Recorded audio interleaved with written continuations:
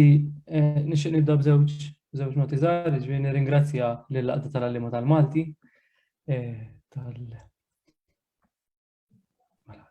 tas-servizz li qed tagħti lill-għalliema u anke ta' dawn it-taħdidiet li torganizza minn żmien għal żmien. U grazzi speċjali lill-għalliema li wara ġurnata xogħol daħlu hawnhekk biex jisimgħuni ngħid iċ-ċuċati. Importanti ngħid kif qed l-aħħar darba li jiena minix mill-qasam tal-pedagoġija, ġifieri jiena ħanaqsam magħkom xi ftit osservazzjonijiet li nagħmel fuq il-lingwa, xi studji li nagħmel jien jew li jkunu għamlu xi studenti tagħna nkunu mexxejnihom aħna fid-dipartiment.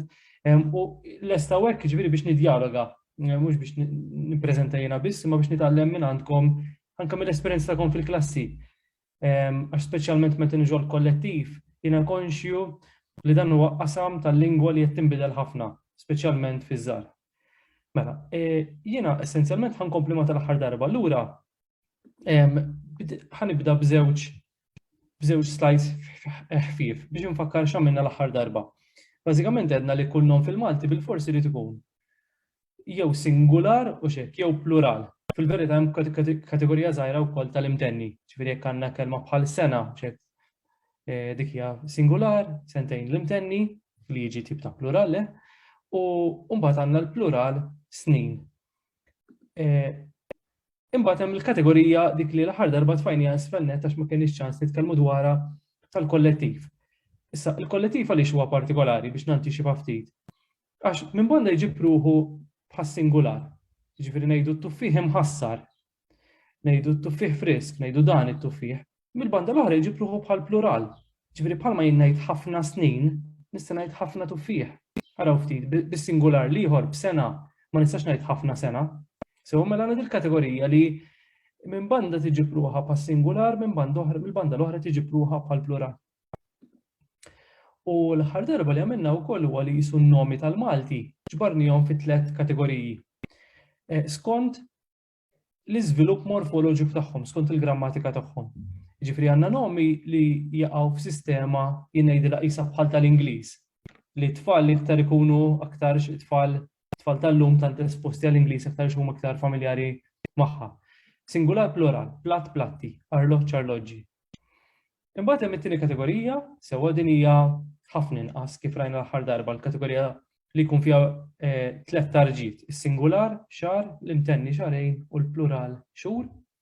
U dik li ħanitkellmu dwarha llum it-tielet kategorija li tikkonsisti normalment minn 3 elementi, ġieli 4 kif se naraw, ġifieri l-kollettiv bħala ħawħ jew tuffieħ li semmejna ftit ilu, minnu noħorġu n-nom tal-unità billi nżidu a normalment biex hekk ħawħa jew tuffieħa, u mbagħad għandna l-plural madud li tipikament jintuża man-numri minn 2 sa 10 u xekk żewġ ħawħiet, 5 ħawħiet, eċetera. Issa, mela l-aħħar darba għamilna żewġ taqsimiet oħrajn u xekk fuq il-plural u fuq l-imtenni, issa ħanaqbżu għat-tielet taqsima li hija tal-kollettiv. Biex inkun għad kollox, jiena għandi ftit informazzjoni oħra lejn l-aħħar fuq qasam ieħor marbut mal-att tan-nom li huwa in-numerali, ġifieri jekk nużawx 5 jew 5 ngħidu aħna. Issa naraw jekk ikollniex aptit u jekk ikollniex moħħ wara di diskussjoni fuq il-kollettiv li nagħmluhom. Jiena vera ftit għandi hemmhekk imbagħad naraw. Mela. Għax qed nipprova nmiss daw il-punti li kemm il-darba li ma jiġbdulna l-attenzjoni tagħna lejhom. Mela, x'inhu l-kollettiv jew kif jissejjaħ minn xi wħud in-nom tat-tip? Huwa jirreferi għal tip jew ġabra normalment ta' annimali, ħxejjex u oġġetti inanimati. Jiġifieri qed nitkellmu fuq kliem bħal dubbien, qamħ, madum u ħobs, sewwa bħal eżempju. U t-tieni punt importanti ħafna li minnhom nistgħu noħorġu nom tal-unità jew li xi wħud isejħulu farrat waħdini. Jiena minn hawn l-qudiem ħanuża l-kollettiv u n-nom tal-unità sewwa bħala termini imma qed nirrikonoxxi li hemm termini oħrajn. U noħorġu minnu billi nżidu demb fuq wara le, minn dubbien noħorġu dubbiena, minn qamħ noħorġu qamħa, minn madum noħorġu maduma, eċċetera. Li hemm interessanti hawnhekk f'dil-kategorija u li għandna żewġ singulari. Jiġifieri dubbien huwa singular, dubbien fitt. U dubbiena huwa wkoll singular, dubbiena fitta. Le, ġifieri din hija kategorija stramba mhux tas-soltu, u qed ngħid stramba fis-sens li jekk inħarsu lejn il-lingwi tad-dinja, ftitu mal-lingwi, relattivament ftitu mal-lingwi li għandhom sistema bħal din tal-kollettiv. Naturalment insibu lingwi semitiċi bħal l-Arbi sewa li minnu jewritnija, hemm xi lingwi oħrajn infirxi madwar id-dinja li għandhom sistema simili ħafna, ġifieri li jibdew b'singular li jirreferi għal kwantità jew għal tip, għal xi tip ta' ġabra, u mbagħad minnhom nisiltu rappreżentant wieħed.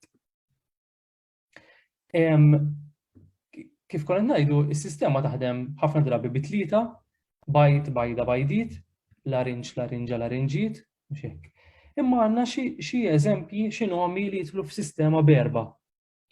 Bħal qamħ li minnu noħorġu n-nom tal-unità qamħa, imbagħad għandna l-plural madud qamħiet li kif konna ngħidu is-soltu jintuża biss meta qudiemu jkun hemm numru sewa minn 2 sa 10, żewġ qamħiet, 3 qamħiet. Imbagħad hemm il-plural tal-kollettiv, jiġifieri intom nimmaġina taraw din il-vleġġ xekk li tinċaqlaq. Jiġifieri bħal kieku għandna il-plural madud li jiġi l-plural tan-nom tal-unità, bajda bajdit. U mbagħad għandna l-plural dan bħal qmuħ li jiġi b'xi mod il-plural tal-kollettiv. U fil-fatt, plurali bħal qmuħ jew turġien jew dbiben jirreferu għal kwantitajiet kbar ta' qamħ jew għal iktar minn taraġġ wieħed. Ġifieri normalment għandek din l-idea ta' għax il-bqija ma tużax turġien u xekk, ġifieri jekk tkun tlajt wieħed tgħid tlajt it-taraġġ, imma jekk tkun tlajt iktar minn wieħed tgħid illum lajt saqajja daqskemm tlajt turġien u xekk. Taraġġ u taraġġ u taraġġ. Sewa. Issa, il-kollettiv kif kont ngħidu huwa singular, mela għandna bajt frisk, larinġ qares, dubbin fit, imma għandu karatteristiċi tal-plural. Ġifieri joqgħod ma' kliem bħal ħafna, ħafna bajt, ma' ftit, ftit larinġ, ma' xeba dubbin, ma' koċċ, eċetera. Sewa dat tip ta' kliem li jirreferi għal kwantità. Li kif nafu normalment fil-Malti. Li kif nafu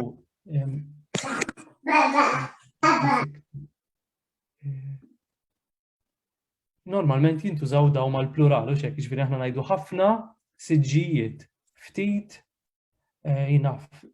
ftit tfal pereżempju xekk. Il-kollettiv tipikament huwa maskili, allura ngħidu dan il-ħadid, dan it-taraġġ, dan il-larinġ u l-bqija, imma hemm xi ftit li huma femminili. Dawk li jispiċċaw bil-qa u xekk, bħal patata, ċikkulata, banana, fażola u xekk. Issa daw li għandhom interessanti huwa li n-nom tal-unità, peress li huma diġà jispiċċaw bil-qa, in-nom tal-unità ħajkun bħalhom. Jiġifieri patata tista' tkun jew dik it-tip ta' ħaxixa, xkora patata, le? Jew il-patata żrajta jinnaf il-ġimgħa l-oħra. Jew jista' referi għal entità waħda u xekk, għal milli xkora patata ħadd patata waħda. Dawn li hemm interessanti li fid-dialetti ġieli ssir distinzjoni bejniethom. Pereżempju, hemm parti minn nadur, laqas in-nadur kollu, li fiha jagħmlu distinzjoni bejn il-kollettiv patata jew ma jgħidu patuta, sewa. U n-nom tal-unità li tiġi patatija, jew patutija insomma. Jiġifieri għandhom forma differenti għan-nom tal-unità. Sewa. Jew inkella il-banana f'xi rħula aktar xikunu tfal jadhom iktar mul-lingwa ma kultant hemm min jibqa' tfalu. Hemm min jgħid il-banan, sewa l-banan, jiġifieri għal ħafna. Qed idaħħluhom b'xi mod idaħħluhom fis-sistema li tagħmel distinzjoni bejn il-kollettiv u n-nom tal-unità. Imma fil-Malti standard kif nafu għandna l-istess kelma kemm għal ħafna ċikkulata u kif ukoll ċikkulata waħda. L-aħħar eżempju huwa interessanti għax il-kelma chips dik hija kelma partikolari ħafna mhux ġejja mill-Ingliż. Il-Maltin ta' dari kienu għadhom ma għarfuhx bħala element differenti, allura il-kelma ħadwa sħiħa u xekk chips. Chips tkun patata u xekk. Allura il-ġens jingħata fil-femminil u ngħidu chips mielħa, chips fejna fina, chips tajba, chips taħraq. Ħafna minna, għax jiena kultant niltaqa' ma' xi student jew xi studenta li jgħiduli li jużawha fil-maskili, ġifri jgħidu chips mielha. Ma naħseb jidilli huma ftit dawn. Hawnhekk naturalment in-nom tal-unità huwa differenti, huwa ċipsa. Dik l-esse kif qed ngħid hemmhekk ma tix timmarka l-plural tant li nħolqu din il-forma. Tajjeb. Dan ifisser din id-definizzjoni li qed nagħti tal-kollettiv li l-kollettiv allura mhux il-ġamat dak li xi wħud isejħulu l-kollettiv lessikali, jiġifieri meta nitkellmu fuq forum bħal serbut nemel, fax basal, flotta vapuri, mhux għal dak qed nirreferu, dak huwa lessikali, dak qed impoġġu dan insibu f'ħafna lingwi u xekk qed impoġġu ħdej xulxin żewġ nomi. Lanqas, dan huwa punt importanti hawnhekk sewa, il-kollettiv lanqas ma hu nomi tal-massa jew jinda terminu sraqtu minn vassalli, tablat, u jgħidlhom nomi tablat, u jiktibha bil-sink, sewa jagħmel tablat, uncountable sewa. Jiġifieri tajn, araw daqsxejn, tajn iġib ruħu bħal tuffieħ għaliex.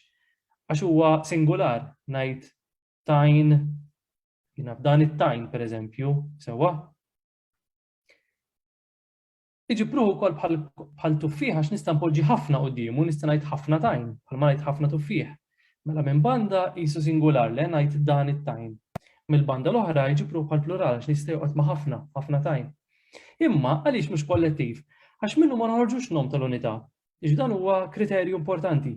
Minnu ma noħorġux nom tal-unità, m'għandniex tajna, jiġifieri jkollok biċċa tajn sa fejna fina l-inqas ma tgħidx tajna, jew żejt. U xekk l-istess. Iż-żejt huwa singular, imma joqgħod anke ma' ħafna, jew imbit, jew dem, imma m'għandniex in-nom tal-unità minnu. Mela aħna nitkellmu fuq nomi bħal tuffieħ jew ħawħ li minnhom nistgħu noħorġu n-nom tal-unità u mbagħad il-plural magħdud u l-bqija.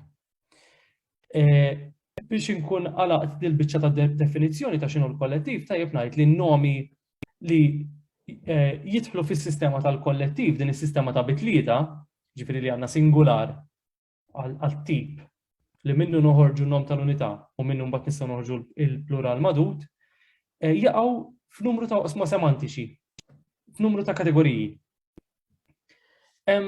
Il-flora, tajjeb ngħid hawnhekk li dan li tinsemmi dan mhux kollu qed naqilgħu minn żniedi, sewa ġifieri pereżempju dawn il-kategoriji kitbu dwarhom nies oħrajn. Hemm żewġ studji interessanti, pereżempju wieħed huwa tal-professur Mifsud, Manuel Mifsud, sewa għandu studju bl-Ingliż fuq il-kollettiv u jsemmi ħafna mill-punti li ħansemmu hawnhekk. U ħanirreferi wkoll studju ta' Teresa Abdilla li hija membru tal-Aqda tal-Għallima tal-Malti wkoll. Mela ngħidu hemm kategoriji bħal flora, ġifieri kliem bħal frott, ħaxix, ħawħ, wera, ful, nanih, kif qed taraw minnhom kollha dawn nista' noħroġ n-nom tal-unità xek frotta, ħaxixa, ħawħa, li hemm interessanti li hawnhekk qed naraw kliem kemm ġej mill-Arbi hux bħal ħawħ, imma anke kliem ġej mit-Taljan bħal frott, xorta daħlu f'di sistema. Imbagħad hemm il-fawna, ħut, tajr, naħal, bram, arnit, nemel, dut, sewa ħut, ħuta, tajr, tajra, etc. Imbagħad għandna kategorija oħra l-materjal. Sewa meta ngħid il-ħadid, nkun qed nirreferi materjal, l-injam, l-irħam, il-ħġieġ, l-ispak, il-fidiferru. Sewa da kollu minnhom nista' noħroġ in-nom tal-unità. Biċċa tiġi ħadida, irħama, spaga, etc.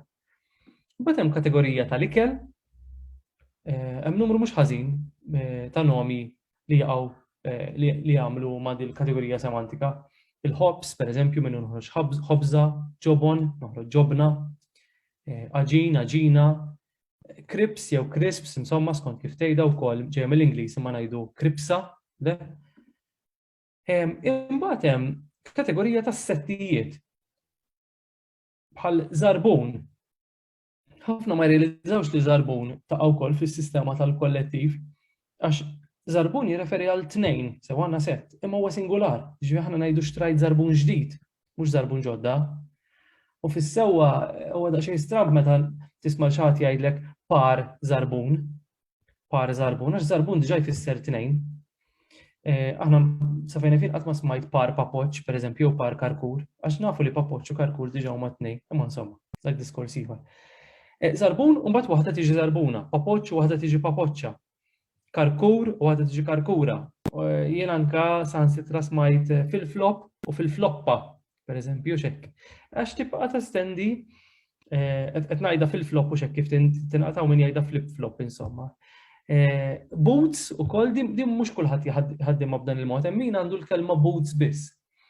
Imma jien pereżempju kbirt f'ambjent fejn minn tfuliti konna ngħidu boots, għatnej li huma, waħda bootsa, bħalma waħda żarbuna, żewġ bootsijiet, mhux hekk jew tlieta, hija l-inqas forma li tuża dik tal-plural madud, imbagħad jekk ikollok ħafna, kollok kwantitajiet kbar tuża bwiet.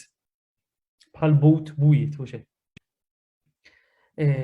Bib ukoll jaqa' din is-sistema, speċjalment meta jkollok bib ta' bitnejn, ġifieri għandek il-biba tal-lemin u l-biba tax-xelluk pereżempju. Tajjeb, imbagħad hemm kategoriji oħra. Ġifieri hemm di imħalta insomma, jiena hawnhekk insejħilhom oħrajn. Jiġri għandek kliem bħal sħab u mewġ li ma jiġux mal-oħrajn imma wkoll jidħlu f'dis-sistema, sħaba u mewġa. U d-dies u xek, u d-diesa. Xar, parti tal-ġisem, le waħda xara. Kliem u minna noħorġu kelma. U l-bies u minna noħorġu libsa. Issa dawn huma xejn partikolari daw it-tnejn tal-aħħar kliem u l-bies, għax dawn kif qed taraw il-forma tinbidel ma tiġix kliema u l-bisa, ma tiġi libsa u kelma. Issa, fuq in-nom tal-unità, ħanajdu ħaġa żgħira fuq in-nom tal-unità wkoll. In-nom tal-unità kif għedna niffurmawh bis-suffis a, kważi in-nomi kollha tal-unità niffurmawhom bis-suffis a. Mbagħad għandek l-allomorfi tagħhom, l-varjanti tagħhom, jiġifieri għandek dawk li t-sok tagħhom ikun jispiċċa bil-i bħal lumi, inżidu l-omija lumija. U dawk li jispiċċaw bil-u, inżidu l-omwa, ħelu, ħelwa, le? Fil-diferru, fil-diferruwa. Mbagħad hemm xi ftit li jieħdu s-suffis u flok a. Pereżempju bżaru, bebbuxu, ħarrubu. Se dawn ikunu interessanti għax ikunu differenti minn pereżempju bżaru u bżara, le? Huma differenti minn xulxin. Jew il-fulu u l-fula wkoll huma differenti minn xulxin, il-fulu l-miżwed u l-fula l-żerrija ta' ġol miżwed, jew il-ħamimu jiġi r-raġel u l-ħamima l-mara. Tal-ħarrubu interessanti. Ma nafx hekk għax iltqajtu magħha, nannu kien meta kont żgħir kien qed jinbixni. Kien jgħidli hemm frotta waħda li ma tispiċċax bla. U jien daw konna apprezzhom għax dawn huma nies ta' bla skola, ma xorta kienu jaslu għal daw it-tip ta' osservazzjonijiet. Jien kont inkisser moħħi sewax jekk toqgħod taħseb fihom koll il-frott tradizzjonali ħanajdlu hekk sewa l-frott lokali kollu jaqa' fis-sistema tal-kollettiv. Allura jkun jispiċċa bil-qa, dullija, tuffiħa, bettieħa, eċċetera. U tweġiba hija l-ħarrubu. Issa rajt, l-istorja nbidlet, la għax issa għandna ħafna frott mill-Ingliż bħal pineapple jew ġieli mit-Taljan u x'naf jiena, il-mango, eċetera, li ma jispiċċax bil-qa, imma il-ħarrubu sewa huwa l-frotta u l-ħarruba hija s-siġra mbagħad.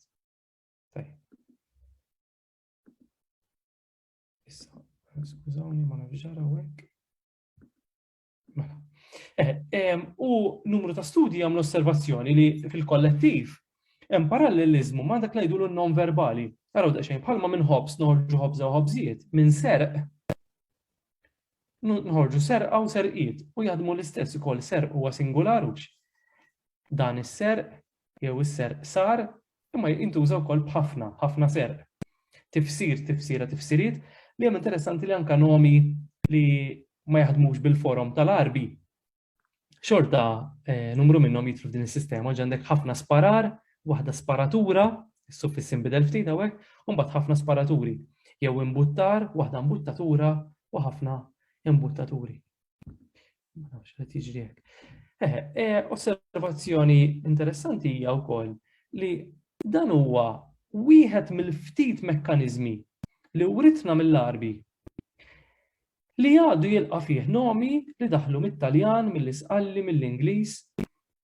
Għaliex? Għax huwa essenzjalment mekkaniżmu ngħidulu konkatenattiv, jiġifieri kemm iżid demb fuq wara ħafna drabi. Allura mhux bħal mekkaniżmi l-oħrajn tal-Arbi li jitolbu li toqgħod toħroġ l-air u ddaħħalhom fil-forma. Allura għandna ħafna kliem mit-Taljan bħal ravjul jew qastan u xek li daħlu f'dis-sistema. Ravjuli, ravjula, qastan, qastna. Interessanti l-kelma spaghetti. Spaghetti, għalkemm tispiċċa bil-i, u l-i normalment jimmarka l-plural, fil-Malti huwa singular, mhux ngħidu l-spaghetti għadu nej. Mhux l-spaghetti għadhom nejjin, sa fejna fiena. Għajdu li intom, sewwek ma le, Joseph. Ma nafx jekk ngħidix fil-maskil, insomma, ma nafx ħadd ieħor xi jagħmel, però naħseb li spaghetti probabbli naħseb li plural nużajjin, naħseb minn ix-xert. Inti ħabba l-isfond tiegħek imma jew. Le, minn dejjem naħseb. Għara, di interessanti, għax jiena dejjem singular. Silvia għandha xi kumment. Għadunej, ngħid l-ispaghetti għadunej, ma nafx hekk ngħidix. Bħal kollettiv mela tużaha allura. Ġifieri l-ispagetti tajjeb, jew l-ispagetti għadu wieħed. Għadu ma sarx. Interessanti ġifieri minn dik il-i, ġifieri ma sarx spagett. Għana kon nistennew li jisir spagett, un bat spagetta u spagettijiet. Ma nsob. Bħal gallett, per eżempju, galletta u min jgħidha, per eżempju. Saġejna li għadak l-eżempju ta' gallett. Interessanti. Ejja. Boots tkellimna fuqha xem minnhom l-Ingliż jew tofi. Tofi interessanti wkoll, u x'tofi, waħda tofija bħal-lum il-lumija. Mbagħad il-plural madut qisu jilgħab bejn tofijiet u tofis. Naħseb tofis hija b'xi mod idur hemmhekk ukoll, ġifieri żewġ tofis. Xaħat qed josserva, skużani ma rridx il-kumment qabel Nadin, imma għawdex hemm wied insemmi wied ta' żejta.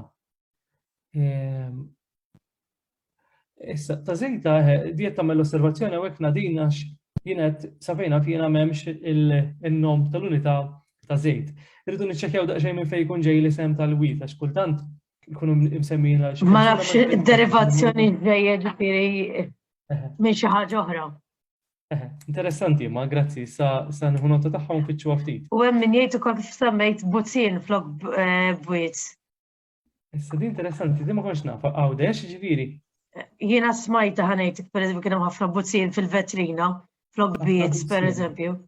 Ħafna buzzin, din interessanti ħafna għax kif tkellimna l-ħar darba dik il-forma taħdem ħafna drabi mal-monosillabi.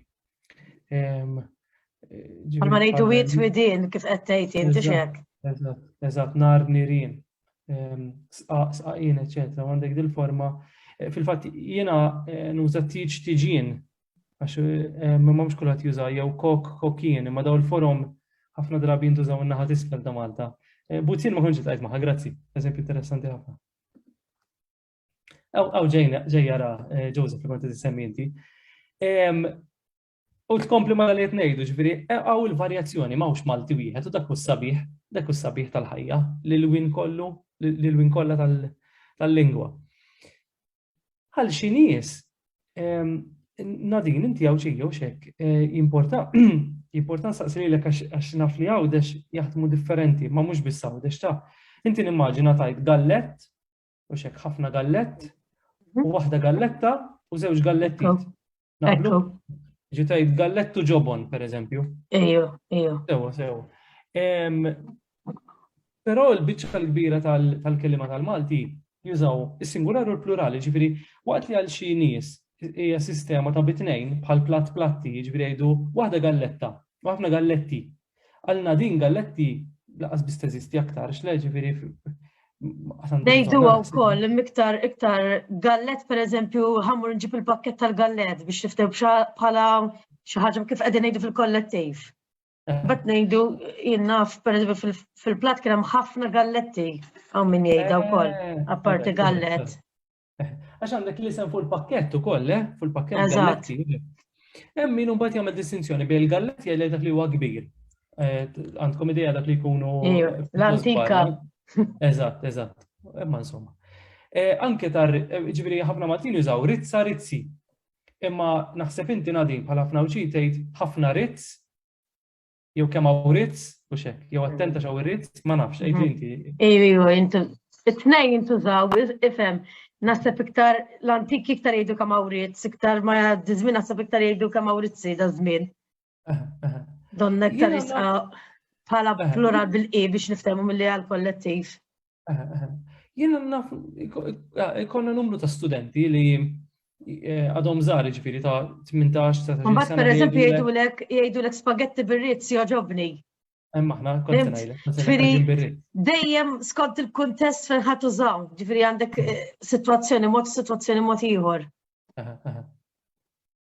Jien ngħid għalija li hemm interessanti huwa li jien nuża rizza rizzi, rizz ma kontx naf biha. Imma mbagħad għandi l-forma rizzijiet. Żewġ rizzijiet pereżempju li. Pereżempju daħħal żewġ saqajja biex niftehmu, l-flinguni biex niftehmu. Eżatt li fil-Kastijaj m'għandix tkun hemmhekk insomma. Orrejt. Hija, u mbagħad hemm affarijiet oħra. Pereżempju għal uħud għandek il-piżella waħda u ħafna piżelli u tieqaf hemmhekk l-istorja. Imma oħrajn minkejja li piżelli tispiċċa bil-qi bħatta spagetti di, jgħidulek ħanitkellem fuq isewwaħ li piżelli friska, bħalissa u l-piżelli friska. U mbagħad waħda piżella u żewġ piżelliet, u x'jekk jaqgħu l-tnejn, żewġ piżelliet. Aħna bil-maskil nużaw piżelli frisk ngħidu. Hekk kont se ngħid. Imbagħad ikollok min piżelli juża fil-maskili flok il-familja, jrid piżelli frisk. Hemm xi eżempju oħrajn, ġifieri ħafna Maltin fekruna l-plural tagħha jiġi fkieren, imma min dak il-nom jidħol fis-sistema tal-kollettiv. Ħafna fekrun, aw min jgħidha, ħafna fekrun, waħda fekruna, eċċetera. U mbagħad għandek il-varjazzjoni fil-ġens kif insemmu, ġifieri stajna komplejna fuq piżelli, aw min jgħid piżelli friska u min jgħid piżelli frisk, aw min jgħid xiras jew ċirasa, li aħna ngħidu il-kliem bħaċ-ċirasa, hemmhekk mhux qed nirreferu għal waħda, din sertat min juża ċirasa għandek tispiċċa bla allura kemm in-nom tal-unità u kemm il-kollettiv huma għandhom l-istess għamla. Imma min jgħidlek ċiras, u qisu bħalma bdejna nsemmu min jgħidlek banan. Qed iwaqqgħu jew frawli fl-eżempju qiegħed fil-femminil kieku jien hekk nużaw ukoll il-frawli kienet. Imma meta tal-għajna l-avviż kien hemm min ikkummenta għal mela l-frawli mhux kien. U tnejn issibhom jiġifieri daw ivarjaw. Naħseb dawn huma tlieta li jvarjaw, iċ-ċiras jew ċirasa, il-frawli u l-piżelli. Marija għandha xi mistoqsija jew kumment. Michael qed tismani. Daqsxejn mill-bogħod imma qed nisimgħu. Mela, ħanejdlek. Jiena d-diffikultà li għandi b'dan il-kollettiv ġeneralment ma tkunx jekk inżidx sabiħ jew sabiħa pereżempju ma' frawli, imma pereżempju ngħid il-frawli sabiħa u ħsilta jew ħsilthom. Ġejjin għalija ta' meta tuża l-verb. Okay. Meta tuża l-verb hija. Okay, grazie. Interessanti Marija. Mela, ma nafx għaliex qed jiġri da. U dana fuq le, ġifieri minħabba din it-tensjoni li hemm bejn il-kollettiv li hija kategorija fis-singular. Imma tirreferi għal plural. Eżatt l-eżempju ta' Marija eżatt jaħbad hawnhekk hux. Għandi l-frawli sabiħa jew sabiħ u mbagħad kif se nkompli. Jiena naf li qed nara mhux qed nara ħaġa waħda kif is-soltu nuża singular. Lura ma' żmien ġara li xi nomi lanqas biss baqgħu singular. Ġifieri s-siġar, aħna ngħidu siġar twal illum, u le? Ma tismax siġar twil. Dawn il-baqar, mhux dan il-baqar, issa jiena ma nafx il-Maltin kollha xi jgħidu sewa ma dordhomx kollha l-Maltin, imma normalment jintużaw fil-plural. Jibqa' fdal wieħed. Jiġifieri dik il-fatt li jkollok il-qiegħed żewġ siġriet jew żewġ baqriet, dak il-forma tikxef li xi darba daw kienu fis-sistema ta' bitlieta tal-kollettiv. Dak il-fdal. Imma jien nissuspetta wkoll li iktar meddi żmien, speċjalment meta nisma' tfal jitkellmu, nisma'hom jgħidu żewġ siġar. Ġifieri qisu għalihom waħda siġra u tnejn jew ħafna siġar. Tidħol fis-sistema tal-plural. Imma insomma. Li xtaqt naqsam magħkom dan, hawn xi eżempji. Bad minn żewġ awturi mustaċċuni insomma tagħna. mhux biex noqgħod nitkaża bihom ta' assolutament, imma biex nuri kemm il-kollettiv joħloq diffikultà anki l-aqwa awturi tagħna sewwa. Jiġifieri Franz Samut jiftaħ il-gaġġa għandu l-introduzzjoni bellezza. Wara daqsxejn fl-istess paġna jibda juża l-kelma kliem fil-plurali, jgħid il-kliem fihom, kieku fihom, idamdmu.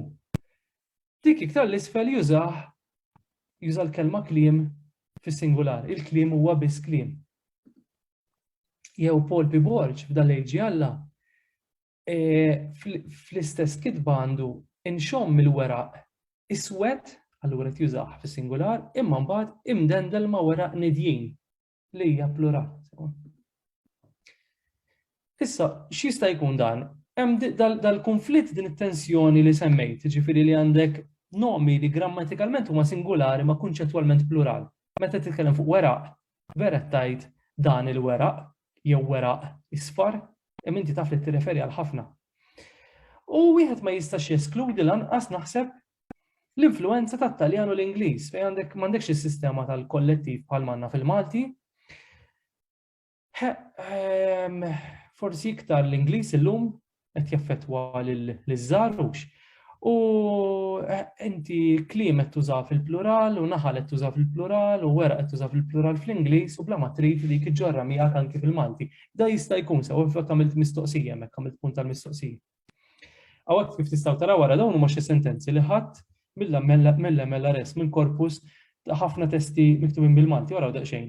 Weraq ħomor, taħta weraq sabiħ, weraq kbir. Dawn il-weraq ikunu folti. Bil-weraq ħodor, weraq imħallat, weraq jitmejjel l-isfel. Jinnaf il-weraq jimbaram, il-weraq jittebbaw, weraq fin. Ġifieri qed taraw li aħna nikdbu mhux biss l-awturi li semmejt, imma kollha kemm aħna ġifieri għax meta nikdbu b'xi mod kollha insiru awturi, qed invarjaw jekk nużawx weraq fis-singular jew fil-plural. Hawnhekk hawn xi eżempji ara daw kollha huma eżempji ta' kliem ġdid. Kliem ġdid, batt aġġettiv li ħafna drabi jintuża ma' kliem sewwa. Imbagħad jekk immorru l ta' warajha hawn kliem ġodda sewwa. Ġifieri qed naraw iż-żewġ eżempji issa. Skużawni ma nafx ġara.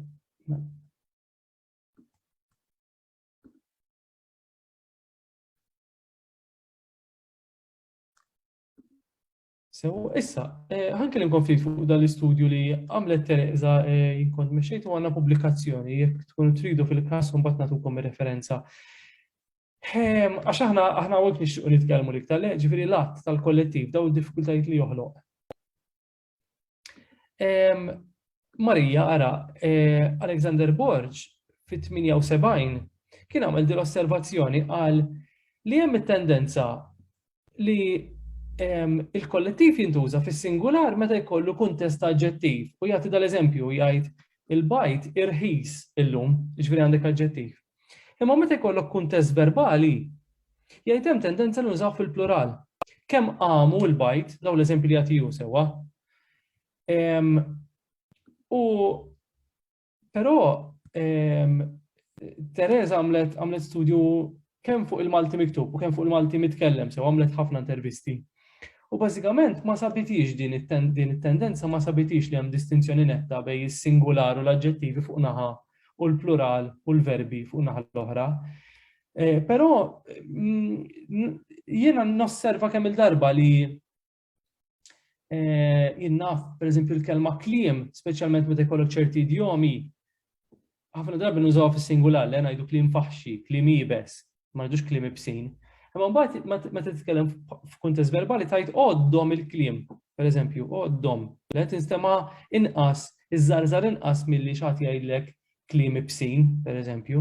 Tanqas għalija, ma nafx ġifieri kliem żarżar għalija mhux bil-forsi żarżar għal kulħadd.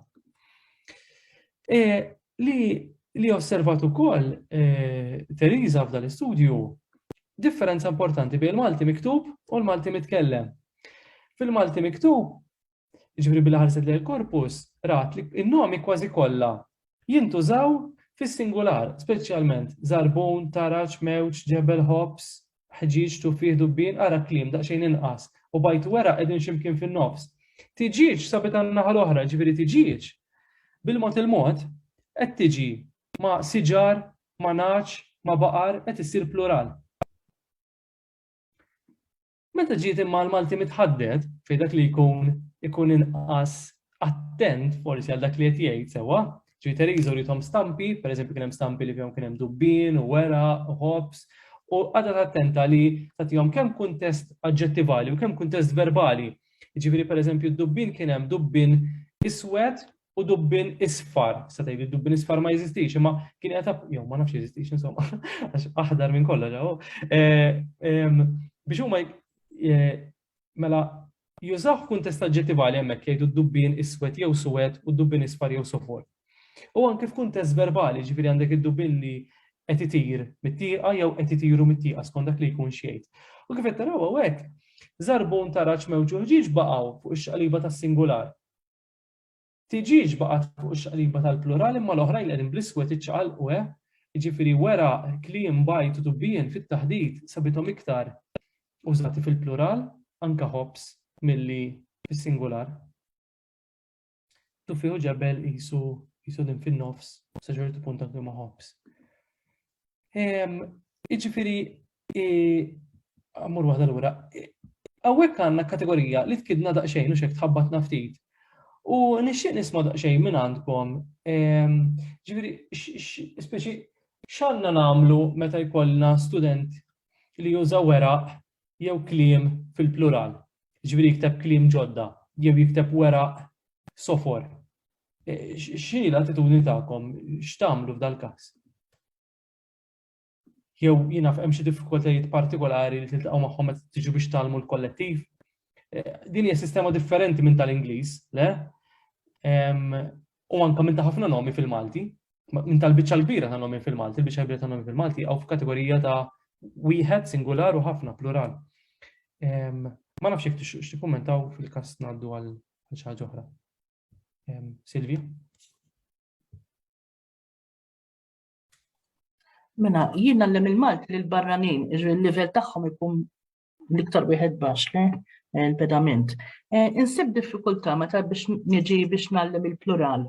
Jekk pereżempju ħantihom, jew f'moħħi għandi kemm hu komplikat il-plural tagħna, ikkomparat ma' lingwi oħra. Allura diġà nkun qiegħda naqra dembi taħt il-plat. Imma rrid nagħmlu. Jekk jiena ħajkolli pereżempju l-ħaxix u l-frott għax dak iktar il-nogost wara nagħmel il-kolubri u qed infehmu. Niġi fid-dubju għandix intihom il-kollettiv jew mit-tnejn għall-plural li nagħtu mit-tnejn sal-10 għalfejn għax ma kien nilhom tuffiħat. Ma nafx għalfejn, ma nafx hekk x'inhi ġej idiosinkrazija tiegħi. Irid intihom in-numru, kien tgħidli tuffiħat, ħadger fiex nikmattinix numru, naħseb laqqas ma nifhmekx biex ma nkunx daqs. Imma nintilef. Allura lilhom nibda ngħid sentihom, mela nibda ntihom jidhru kemm hu komplikat ma għadux nagħmluh, ngħid ħa nitlifhom. Allora spiċċajt intihom il-kollettiv, u ma nafx hekk qed nagħmel tajjeb għax hekk jiena suppost qed nuża man-numri. Imma mbagħad pereżempju jekk jidħol li 3, 4, 7, 9 u 8. Ara kemm ħanaqtalhom iktar qalbhom. Qed nagħmel tajjeb jew intihom il-kollettiv inflok lew. Ġifieri qed nifhmek sew Silvia, inti qed tgħid qed ittihom il-kollettiv daqshekk huwa plurali, ġifieri. Iva, naf li mhux tajjeb imma tuffih ngħidilhom għax iktar ħafifa tneħħel imbagħad ikultant inżid milli intihom dawk il-kliem li nkun irid intihom in-numri. Dik il-problema l għandi. Jiena insiba interessanti ħafna u intu titkellem naħseb biżbal biss slide minnhom naħseb fast ħalli nsiba ta'. Għax interessanti li semmejt inti l-frott u l-ħaxix, kemm il-darba niġu f'di sitwazzjoni ħabba l-frott u l-ħaxix. U l-annimali wkoll. Dik ma jkollix fis-sillabu, però l-frott u l-ħaxix daw jgħidu nderruhom ħajmorru jixtru, forsi jmorru jixtru minn tal-van. Nipprova nġilhom jużaw il-Malt. Jiena naħseb li fil-każ tal-frott u l-ħaxix, kważi jaqbillek tispjega ftit li hawnhekk naħdmu b'sistema differenti. Għax ħafna drabi inti ma jkollokx tuffiħa waħda le, ikollok tara kwantità. Kilo tuffieħ, nofs kilo tuffieħ. Normalment ikollok kwantità ta' dam. Allura f'dal każ nibdew mill-kollettiv ta' dam, u mbagħad inżidu l-qaf wara ta' dama. Issa naf li daqsxejn komplikata, speċjalment jekk huma jkunu mitħla ta' lingwi naf Sistema bħall-Ingliż. bħal-Ispanjol dik l-iktar jinmarqaw konformi maħna jiena jew ninsolva bħalissa. Ħmerija ħdejtana x'kemm taga biex tispiċċa l-aħħar itrażizz jew siġi m'għandek xejn ta' komplikat. Allura aktar nibda ngħid kemm ħajrawa bitqila. Jiena l-annimali semmejthom di naħseb bista biżbal. Semmejta l-annimali mhux kollha xorta għax araw daqsxejn. Serduq fil-każ tal-frott u l-ħaxix kważi kollha jaħdmu bl-istess mod, imma araw ftit. Serduq jieħu l-plural srida, mela da jidħol fis-sistema l-kategorija singular plural anke kelb klieb. Imma għaliex tiġiġ jew nemus ma jaħdmux hekk. U tweġiba hi li aktarx. L-aktarx mhux waħda jkun hemm hemmhekk, le anke kelb tgħidli jista' jkun hemm iktar minn wieħed. U anke serduq jista' jkun hemm iktar wieħed, imma normalment ikollok is-serduq u ħafna tiġix, le? Allura, meta jkollok il-kwantità, jiskatta dal-mekkaniżmu ħafna drabi tal-kollettiv. Allura ma nemus, ma dubbin, ma naħal, ma nemel, le? Ġifieri nifhem din daqsxejn tensjoni li jkollok hawnhekk Silvia, ma Għax ma nkunx qed nitlifhom, għax kif ittihom sistema, okej, naf nispjega, ma kif ittihom sistema diffiċli, jitfu li switch. U ma ntihomx tort. Imma fl-istessin hija faċli mbagħad ukoll għax li darba titgħallem tuffieħ kemm iżid il-qa u xek, kemm iżid tuffieħa, Għax ġifieri. nibda mill-singular, l-ewwel intihom stampa waħda. Mbagħad meta nipprattika biex nitkellmu ħammorru nixtru jiena nkun tal-ħaxix. U ngħidlhom biex tordna kaxxa ta' dam, kilo larinġ, nofs kilo jiena flanġas. Għalhekk intihom hekk, u ma dejjem qed tberreni biex qed nagħmel sew jew le. Ħana li kara, ġifieri tista' jekk trid tibda mis-singular, le tista' tibda minn tuffieħa minnhom tal-unità mhux mis-singular x't ngħid singularu. Anke li ieħor tgħidlu plural, daqsxejn ta' problema mbagħadux. Jiġifieri jien naħseb li hemmhekk anke inti l-fatt li inti tħossok skomda li xi aħna hemmhekk nitkellmu fuq it-tuffieħ, fuq il-larinġ. Ħafna drabi nitkellmu fuq bħala kollettiv, u mbagħad noħorġu waħda, meta jkollna bżonn naqbdu waħda. Jiena la darba nitkellmu fuq lat xtaq naqsam magħkom kitba qasira ta' Vassalli li fil-grammatika tal-1927 li hija bit-Taljan kollha kemm hi, meta jiġi għal dil-biċċa fuq il-kollettiv, jagħmel paragrafu, il-paġna maqsuma fit-tnejn hawnhekk. Bil-Malti. Hawnhekk biss jikteb bil-Malti. Naħseb għax beda jiddeskrivi l-kollettiv u insomma u jaraf li dan huwa differenti mit-Taljan, ovvjament, Vassalli. Jiena hawnhekk qed inġiba bil-Malti tal-lum, sewa miktuba bil-Malti tal-lum. Ħanaqrelkom daqsxejn għax naħseb hija konklużjoni tajba l dak kollu tkellimna fuqhom l-aħħar darba u din id-darba. Kull meta semmi ħaġa ir-ring kelma antika tfisser fi sħiħ, ħaġa sħiħa jew fit-totalità tagħha, mela kull meta semmi ħaġa ir-ring, bla ma tgħid il-kemm tagħha bħal x'inqat kieku tistaqsi lil-ħbibek x'intom tiklu u jweġbuk ħobs, uħud moqli biż-żejt. Huma billi semmewlek il-ħobs, il-ħut u żejt, qalulek biss x'kienu qegħdin jiklu. Iżda ma femukx l-kemm, l-ftit u l-wisq. U hekk dawn it-tliet kelmiet, ħobs, ħut u żejt, jinsabu fil-att ġabbar. Iżda jekk wieħed jgħidlek ġib li ħobża, ħuta u tuffieħa. Int minn kliemu taraf dik is-sija illi talbek ħobża waħda, ħuta waħda u tuffieħa waħda. Bla ma qallek għal kull isem ta' ħaġa l-kelma. Waħda l-tliet darbiet u fi żjed kelmiet. Għaliex minn kull kelma minn dawna minna fjaturi illi huwa jrid ħaġa waħda biss minn kull waħda, immela dawn it-tliet kelmiet hekk jinsabu fil-att il-farrat. Jekk imbagħad jgħidlek kieku rrid ħbistejn u bajtejn, int kull kelma mit-tnejn tifhem illi huwa jixtieq minnek żewġ ħobżijiet u żewġ bajdiet. U dan ngħidulu l-att imtenni. Imbagħad hemm kelmiet li juru l-ħwejjeġ fi ftit att. Imma iżjed minn ħaġa u inqas minn 11. Jew inkella uħud jew waħdiet bil-għodda. Bħal meta wieħed jgħid xtrajt 4 xitliet tal-ħabaq bit minħabbiet. li jiġuni ħabtejn il-waħda. Iżda xi tliet minnhom għajjenin u mitbulin. Dan jingħad il-att madud. U kif kienet tajt Silvia xi nsejt nikkommenta fuq dak il-punt li semmiet, kelma bħal tuffiħat jew xi tliet jew ħabbiet kif qed naraw jintużaw kważi dejjem, ħalli ma ngħidx dejjem mingħajr ma nitfa' kważi, ma' numru qudiemhom. Sewa ġifieri għalhekk fil-fatt kultant ikun hemm min ikollu kun qed jitraduċi fejn fin kelma bħal words u jagħmel kelmiet, jgħidlek dawn il-kelmiet biex jevita li jużalek dawn il-kliem pereżempju. Però kelmiet waħida hekk tinħażaq xejn stramba, ġifieri hemmhekk biżejjed tuża dan il-kliem jekk trid. Il-kliem hemmhekk biżejjed m'hemmx fejn tużaw. Kelmiet imbagħad jekk qed tirreferi għal tlieta jew erba' tajt tliet kelmiet. Il-att imbagħad li ngħidulu tabla att juri l-ħwejjeġ bla tarf bil-wisq u rfus. Bħal xejn kieku ngħidu dort irħal kollu u ma sibx ħobs u anqas qamħ. Imbagħad mort il-belt, sibta mimlija bil-ħobs u bil-qmuħ. Dawn huma kelmtejn ta' blat għaliex fihom jiftiem il-wisq ta' bla tarf. U din hija kwotazzjoni interessanti ta' Vassalli li tiġbor dak kollu tkellimna fuq, sewa s-singular, l-imtenni u l-kollettiv u n-nom tal-unità minnu. Issa, sinjuri, saru kważi skorrejna l-25. Jien għandi ftit noti fuq la talbet nitkellmu fuq numri fuq daw ta' żewġ u żewġ.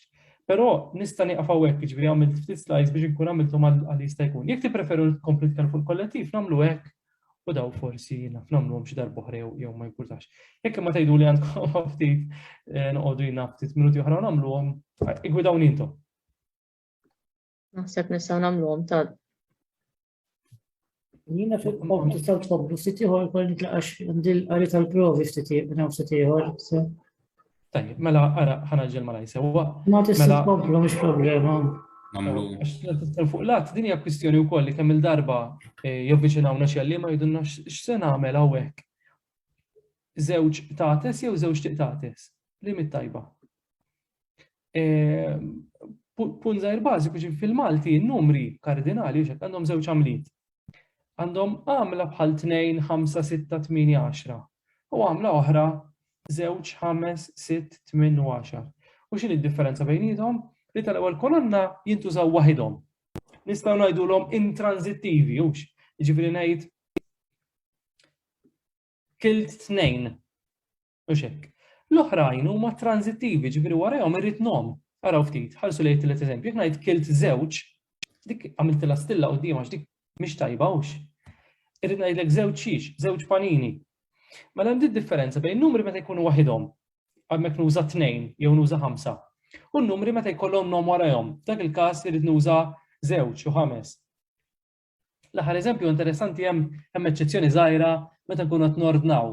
Meta nkunu qed nordnaw dik huwa eċċezzjoni żgħira tal-lingwa normalment hemmhekk ngħidu tieni 2 birra, ġifieri hemmhekk nużaw 2 imma jew npoġġu n-nom warah. Mhux ma' birra biss, imma anki jinnaf. Pizza. 2 irkotta, xiex. 2 pizza. Meta tordna, hemm dil-formola 2 irkotta u 2 piżelli pereżempju. Li naturalment 2 birra mbagħad hija differenti minn 2 birra, imma dak diskors ieħor. Issa, li joħolqu il-problema huma dawn li huma transittivi għax għandhom għamla bit u għamla mingħajra. 2 u 2, 5 u 5. Fil-każ ta' 6 tibqa' l-istess, dik hija faċli, 8 u 8, eċetera. Mela. Kważi l-kelliema kollha tal-Malti jaqblu li qed noqgħod attent qabel ma nuża kliem bħal kollha u qattax ma tistax tgħid sewa. Jaqblu li ma' kodba jużaw 2. Imma ma' ħbieb jużaw 2. Le, 2 tiħbib. U naturalment meta nużaw it tiskatta wkoll li timbet il-vokali tal-leħen, 2 tiħbib. Imma fuq nom bħal skejjel ikun hawn id-diskrepanza, ikun hawn il-varjazzjoni. Min jgħidlek 2 skejjel, min jgħidlek 2 tiskejjel, min filgħodu jgħidlek 2 skejjel u filgħaxija jgħidlek 2 tiskejjel. Jista' jkun hemm varjazzjoni fih dan il-kelliem stess jew il-kelliema stess. Cremona li huwa l-iktar studju li jsemma fuq dawn jgħidilna li l-forom bit-t insibuhom quddiem nomi fil-plural li jkunu b'sillaba waħda bħal tfal. U banqut konsonantali fil-bidu, ġifieri jkollhom żewġ konsonanti fil-bidu, appuntu bħal tfal, tifel, jew fnik. U jagħti dawn l-eżempji. Isemmi eċċezzjoni waħda. Jgħid l-eċċezzjoni ta' snin. Jgħid hemmhekk nużaw 5 snin. Imma jien ara sibt eżempju mill-Bibja, mill-Apokalissi, araw ftit. Dragun aħmar enormi b'7 rjus u 10 qrun. M'għandniex it-hawnhekk le, minkejja li għandna rjus. Hemm laqam antik, pjuttost antik, tas-7 rġiel, mhux tas-7 tirġiel hawnhekk, minkejja li di taqa' taħt il-kategorija ta' Cremona. Għandna l-kelma jiem li m'għandix żewġ konsonanti fil-bidu, ma aħna ngħidu 5 ijiem. Le? U hemmhekk għamilt tates, sejdu li intom, ġifieri meta għandna l-idjoma u x'ngħidu kull ma kien hemm, x'tgħidu intom? Naħseb 4 tates ngħidlek ikun hemm veru 4 tates, u bħala mhux lokuzzjoni. Idjoma. Bħala idjoma ngħidu 4 tates, forsi jien biex nbiddel. Ma nafx għawdex tgħidu għad l-idjoma intom. Nadi, tgħidu kien hemm 4 tates jew. Jintużaw it-tnejn li huma kif qed tgħid. Ifhem il-ġenerazzjoni li tiela jħawdu qegħdin bejn 4 u 4. Ġifieri li hemm ukoll barra ta' jiem, ta' xhur hemm xhur ukoll barra snin li eċċezzjoni u hemm kelma oħra bħalissa ma sax tiġi x'kien naf li dawn tas-7 sena rridu nagħmluhom ukoll li jafu li qegħdin b'sillaba waħda jieħdu 5 biex niftehmu. 5 xhur, 5 snin u hemm oħra. Mhux ħmiru Ma sax niftakara. Le ma sax niftakara bħalissa l-kelma l-ktib tal-iskola mhux qiegħed fejn bħalissa. Ġieli jsemmu ħmir jista' jkun? Ma niżiltilhom ġdejk, ngħidlek ma xhur u snin żgur li semmejnielhom konna. Xhur hija partikolari fejn mhux vera fil-kitba tibda b'żewġ konsonanti, ma fit-tlissin fit-taħdid għandek xhur, ġifieri imma iva jekk noqogħdu fuq il-kitba hija eċċezzjoni wkoll. Il-istudji l-oħrajn dawk li b'xi mod jidħlu fid-dettall, sewa daqsxejn fid-dettall hawnhekk għamiltilkom lista ta' numru minnhom. Kulħadd jispara u jfajjar sewwa. Biss jaqblu fuq wieħed, fuq punt wieħed. Li it-t hija fakultattiva, sewwa hija optional ma' nomi b'żewġ sillabi li jibdew b'żewġ konsonanti, ġifieri kollha kemm huma jaqblu li fil-Malti għax aħni ħafna darab fuq ta' Cremona li dawn ma b'dawk b'sillaba waħda. Imma għandek studji sa li jmorru lura sa' Aquilina sewwa 65 li semmi ġifieri qed jitkellem fuq żewġ żwiemel li talterna ma' żewġ tiżwiemel, 4 kmamar u talterna ma' 4 tikmamar. Issa, jiena u kollega tiegħi Christopher Lucas għamilna żewġ studji, se ngħidilkom għaliex tnejn. Biex nippruvaw nifhmu eżatt x'ikkondizzjona l-iżjieda tat-t meta nżiduha jew le. U nista' ngħidilkom li minn dak li bdejna naqraw bdejna qasarna daw 3 elementi. Kemm hemm sillabi jekk hux waħda, 2 jew iktar. Ir-ras tas-sillaba biex tibda s-sillaba jekk tibdix b'żewġ konsonanti bħal tfal. B'konsonanti u vokali sewa bħal mejda, pereżempju, jew fil-plural, insomma, skużawni ħanieħu ieħor bħal siġġijiet u vokali bħal ajruplani. U t-tip tal-plurali jekk hux sieħ jew miksur. U bażikament għamilna esperiment ma' numru mhux ħażin ta' kelliema nattivi li pratikament nurruhom numru sewa bħal numru 2 hawnhekk bħala figura. U ħdejja kollhom skola. Huma jridu mod spontanju jgħidulna żewġ skejjel jew żewġ tiskejjel. Nista' ngħidilkom xi wħud minnhom sejjaħnilhom 2 sentejn wara biex nirreplikaw l-esperiment. U tiskanta kien hemm minnhom pereżempju l-ewwel darba qalu żewġ skejjel u t-tieni darba jkun qalulek żewġ tiskejjel. Jiġifieri u kien hemm numru mhux ħażin minnhom. Tiskanta kemm hemm varjazzjoni fil-kelliema, ġi aħna kultant ikollna idea ngħidu le jiena żewġ skejjel dejjem ngħid, ikollna din l-idea. Imma mbagħad tibda titkellem u jibdew ħirġin il-forum oħrajn. Skużawni. Issa, ara, ir-riżultati huma dawn. Tal-ewwel daw tlieta juru il-monosillabi. Hawnhekk juru dawk b'żewġ sillabi u hawnhekk juru skużawni, mela, hawnhekk juru l-ewwel tlieta huma dawk li jibdew b'żewġ konsonanti. Hawnhekk juru dawk li jibdew konsonanti u vokali u dawk jibdew vokali biss. Issa. Ħanibdew minn dawk b'żewġ konsonanti għax dawk huma l-iktar interessanti. Il-blu huma dawk b'sillaba waħda. Sewa, jiġifieri tfal, kelma bħal tfal l-iktar li ġibdet it-t. 5 tfal pereżempju. Bħal żwiemel tiġi hawn b'żewġ sillabi, sewa u mhux ħażin, jiġifieri qabeż in-nofs, madwar 50%. Biktar minn sillaba waħda, sewa dawk ma tantx attiraw ftit li xejn. Dawk li jibdew konsonanti u vokali bħal siġġijiet pereżempju, dawk kważi xejn ma attiraw it-t. U di daqsxejn stramba hawnhekk di. Dawk li jibdew vokali bħal ajruplan pereżempju jew warbli, ajruplani jew warbli, ma nistgħu nikkonkludu xejn ċar fuqhom, però niftakarni meta kont nagħmel l-esperiment li kien kull darba jaħsduni dawn il-forom, x'għad jgħidlek 5 tajruplani. Naf 10 tarbli pereżempju li jiena għad nisalhom nħosshom skomdi ma strambi ma kien hemm ftit minnhom. Jiġifieri bażikament nistgħu ngħidu li meta n-nom ikun jibda konsonanti u vokali it ma tfetx. Vokali biss ir-riżultati mhumiex ċari ma jgħidilix li hemm affarijiet interessanti għaddejjin. Mela l-bidu tas-sillaba jidher li huwa importanti dak li kienet jgħid Cremona u qalu ta' waraħ li jekk is-sillaba tkun tibda b'żewġ konsonanti dak jidher li huwa punt importanti, speċjalment ikunu monosillabi għax 90% minnhom ikunu bit-t. B'żewġ sillabi nofshom, qisu nofsu nofs, sewwa ġifieri nofs 5 żwiemel u nofs 5 tiżwiemel. Ħafna sillabi kważi qatt. Meta l-plurali kollha ħafna sillabi kważi qatt. Issa, u meta minna l-ewwel studju ma tajniex każ, ċoe konxjament ma żidniex il-fattur tal-plurali jekk hux sieħ jew miksur għaliex. Għax iktar ma żżid elementi imbagħad ikollok ittawwal il-kwestjonarju. U inti ma tistax tajjihom, ma trix tajjihom il-partiċipanti. Imma raw daqsxejn ġara.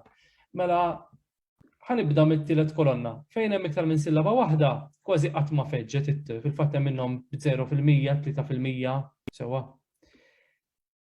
Immorru l-estrem liħor, inħal oħra, dawk li huma b'sillaba waħda, kważi dejjem feġġet, jiġifieri hemm 97%, 94%, 88%, 76%. Naturalment hemm l-eċċezzjoni ta' snin, dak li semma Cremona huwa minnu li snin rari, jew kważi qatt ma tattira it-t. Issa ħansemmi hawnhekk. Ir-raġuni hawnhekk aktar xi storika. Għax snin għalkemm illum nanalizzaw bħala plural miksur, snin storikament huwa plural sħiħ, ġifri huwa l-kelma sena li ma ħajżdied is-suffiss in bħalma fejn fin nagħmlu ma' bnedmin jew ħallelin, pereżempju. Allura dik tispjega għaliex ma nsibux hemmhekk. Ma nsibu lanqas araw ftit ma dawk li qegħdin bl-aħmar li huma plurali sħaħ. U dawn ir-riżultati tawna x'nifhmu li l-plural jekk hux sieħ jew miksur jista' jkun fattur determinanti. Jekk nagħtu daqsxejn tal-plurali sħaħ, araw ftit tal-plurali miksurin bħal bramel, ġranet, skejjel, iljieli u kmamar b'żewġ sillabi, kemm il-darba jattiraw it-t. U interessanti l-jieli, pereżempju, l-jieli kważi dejjem bit-t, sewwa bħal 5 il-jieli. Allura li għamilna esperiment ieħor, it-tieni parti tal-esperiment. Li kellu ipotezi waħda, ġifieri kellu mistoqsija waħda. Huwa minnu li il-miksur, il-plural miksur jiġbed iktar it-t u sħiħ jirrifjuta, jirreżistija u sibna li l-ipotezi hija konfermata. Għaliex araw daqsxejn. Fejn għandek dejjem b'żewġ sillabi hawnhekk qed ngħidu sewwa, għaliex għax biex ikollok plural sħiħ bil-forsi ikollok żewġ sillabi, ma jistax ikollok plural sħiħ b'sillaba waħda. Araw daqsxejn, sari, slaleb, il-miksurin, ħnieżer, tates, fliles, ġkiget. Daw kważi dejjem jattiraw il-forma bit-t bħal żewġ jew ħamest. Tal-plural sħiħ, ħanibda minn isfel araw daw, tista' tgħid qatt ma jattiraw, skużawni hekk hawn simbolu żejjed, qatt ma jattiraw il-forma bit-t, ġifieri qatt ma sibna 5 tiskandli pereżempju, dejjem 5 skandli. Jew żbalji, ħalli li għandek 10% li jgħidulek 5 żbalji pereżempju, ma normalment ma sibinhom. Issa, li kien hemm interessanti kienet di, il-kelma sferi kienet l-unika waħda li ġabet perċentwal ftit għoli, fil-fatt immarkajta bl-aħmar hemmhekk. Għaliex taħsbu l-isferi meta huwa plural sħiħ ġab daqsxejn attira aktar it milli suppost, milli wieħed jistenna.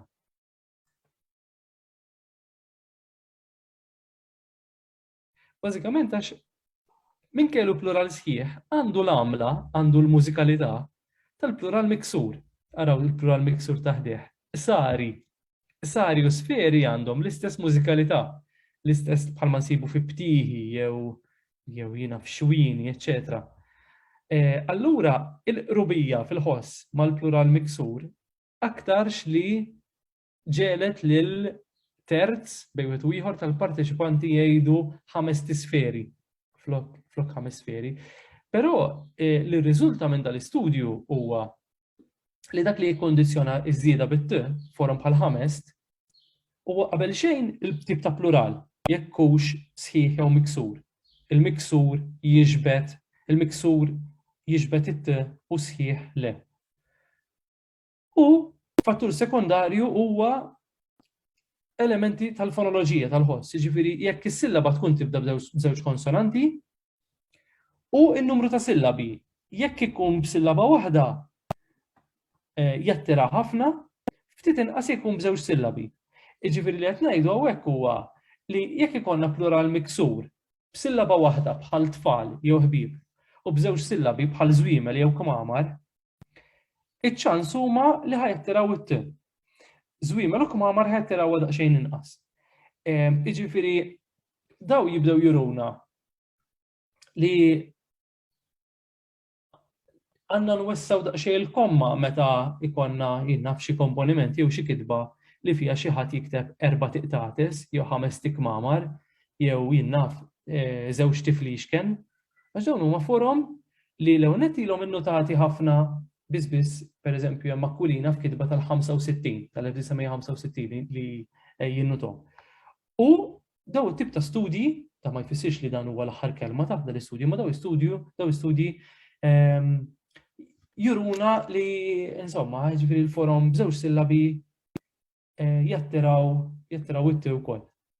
Dak kull ma rrid ngħidilkom jiena. Grazzi ħafna tal-attenzjoni u tal-paċenzja tal-li bqajtu tisimgħuni minn kelliq biżna xejn il-ħin.